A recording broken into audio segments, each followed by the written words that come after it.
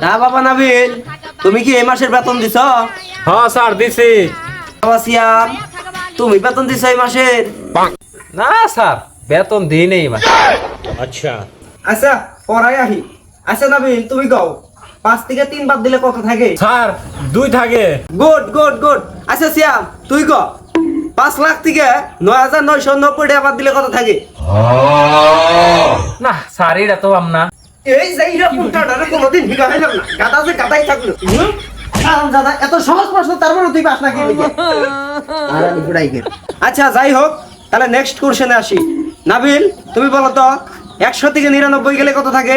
Sir 1 থাকে। বাহ, এত কঠিন ছাত্র।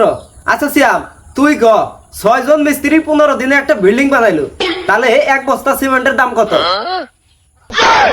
তুমি সাধারণ একটা প্রশ্নের উত্তর দাও না। আর আমি পড়াই দিই। আচ্ছা নাবিল, তুমি কও তাহলে তোমার নানার নাম কি? স্যার শাহরুখ খান। বাহ গুড, এত কঠিন কঠিন প্রশ্নের উত্তর তুই দাস কি বাইরে? আচ্ছা সিয়াম, তুই ক শাকিব খানের নানির নাম কি? তোর শালির সাওয়াল তোর আগে পিটাই হই। স্যার কালকে বেতন দেয়া দিব স্যার। তাহলে মনোজন থাকে। হ্যাঁ